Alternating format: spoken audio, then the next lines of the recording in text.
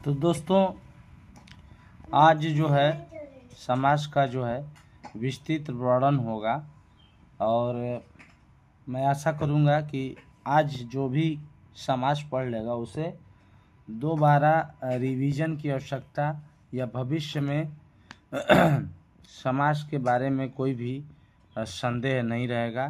तो चलिए पहले अव्यय समास के अव्ययी भाव समास, इसके बारे में हमने पिछला वीडियोज में बताया था कि कुछ अव्यय शब्द से आगे जो है जुड़ा रहता है, जैसे भरपेट। तो इसके लिए आप लोगों को थोड़ा दिमाग पर जोर रखना होगा कि ये जो भर है, पेट भर, भरपेट में आगे जो है अव्यय शब्द जुड़े रहने के कारण जो है ये अव्ययी स्वभाव कहलाता, अव्ययी समास कहलाता है। जैसे यथा संभव या आजीवन,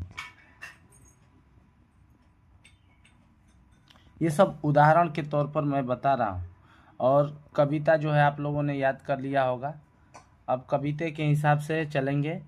अव्ययी भाव के बाद हम लोग पढ़ेंगे तत्पुरुष समास। तत्पुरुष समास, देखिए मैं कारक इसीलिए पढ़ाया था कि विशेष जानकारी जो है तत्पुरुष समास की रहे। तो हमने पिछली वीडियो में एक कविता के माध्यम से ट्रिक आप लोगों को याद कराया है कि द्वंद्व में और छिपा, द्विगु में गणना पदावत है, बीच में कारक चिन्ह छिपा, तत्पुरुष समास कहावत है, जो बताए विशेषता वह है क्रमधारय, बहुब्रीहि में अन्य प्रधानत है। तो तत्पुरुष में कारक चिन्ह छिपा अभी हमने रिपीट किया। तो इसमें जो है जैसे राजपुत्र यानी राजा का पुत्र, ये जो का है यही कारक चिन्ह है। अब आप लोग उदाहरण अपनी पुस्तक से ज़रूर पढ़ लेंगे और फिर भी यदि आप लोगों को इसमें शंका रह जाएगा तो ज़रूर बताएंगे। अव्ययी भाव क्लियर हो गया, तत्पुरुष क्लियर हो गया। अब नंबर आता है कर्मधारय का। कर्मधारय समास, कर्मधारय जो बताए विशेषता वह है क्रमधारय। जैसे नील कमल,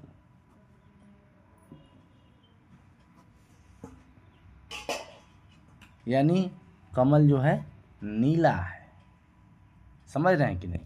तो जो बताए विशेषता वह है कर्मधारय। जो विशेषता बताने का जहाँ बात होगा वहाँ कौन सा समास होगा? कर्मधारय समास। और आगे बढ़ते हैं।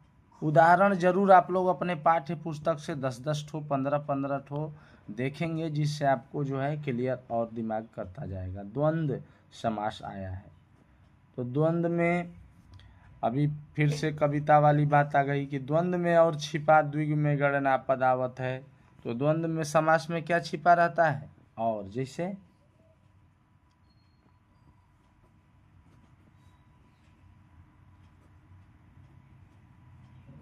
ये जो पड़ी पाई लगा हुआ है, इसी से ज़्यादा आप लोगों को समझ आ रहा होगा कि ये जो है समास द्वंद्व समास है। जैसे माता पिता, माता और पिता होना चाहिए, माता और पिता। ये देखिए भाई और बहन। तो इस तरह से जो है द्वंद्व में क्या छिपा रहता है? और। ये पड़ी पाई उसको ढकने का काम करता है। और ऐसे शब्द आएंगे तो आप समझ लीजिएगा कि क्या है द्वंद्व समास। और द्विगु समास कैसे पहचानिएगा आप? चलिए द्विगु समास का भी आज वर्णन करिए देते हैं। तो द्वंद्व में और छिपा, द्विगु में गणना पद आवत है। जैसे तिराहा, मतलब तीन ओर से रास्ता, तिराहा, चौराहा। तो गणना पद की बात जहाँ आएगी, जहाँ गिनती आएगा किसी शब्द में, तो आप समझ लीजिएगा कि क्या हो रहा है, वहाँ द्विगु समास हो रहा है। चौराहा, तिराहा और भी बहुत सारे शब्द होंगे जो आप उदाहरण के तौर पर अपने पुस्तक से आप जरूर, मैं आप लोगों को कंठस्थ करा रहा हूँ तौर तरीका, जो आप लोगों को कभी भूले नहीं। उदाहरण अपनी पाठ्य पुस्तक से रिपीट करने के लिए ज़रूर आप लोग देख सकते हैं आप। बैठाइए कि द्विग समास कैसे पहचानेंगे। जहाँ गिनती की बात होगी, गणना की बात होगी, वहाँ कौन समास होगा? द्विग समास। जहाँ बीच में कारक चिन्ह छिपा रहेगा वहाँ रहेगा तत्पुरुष। जहाँ विशेषता की बात होगी वहाँ कर्मधारय है। अब जो है एक समास छूट रहा है, उसका नाम है बहुव्रीहि। बहुव्रीहि समास। बहुव्रीहि समास कविता में मैं आप लोगों को सुनाया था। बहुव्रीहि में अन्य प्रधानत है, शब्द कुछ और रहता है और उसका अर्थ जो है अलग निकल के बाहर आता है। जैसे लंबोदर, देखिए लंबोदर, इसमें लंबोदर का अर्थ होता है लंबा उदर। लंबा उदर मतलब जिसका पेट लंबा हो। किसे कहा जाता है?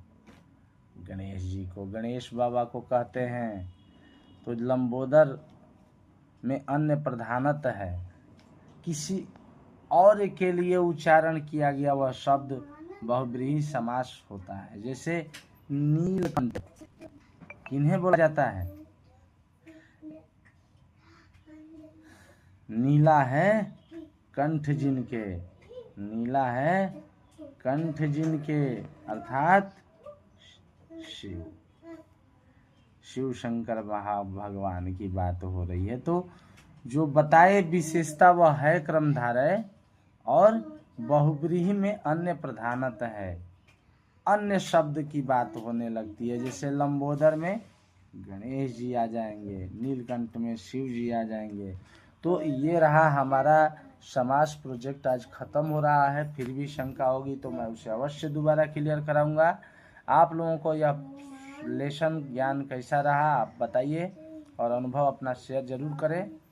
और ऐसे ही सारी जानकारियां आपको हिंदी, संस्कृत, विज्ञान से देखनी है तो वीडियो को जरूर पूर्ण देखें और चैनल को सब्सक्राइब करके रखें। धन्यवाद।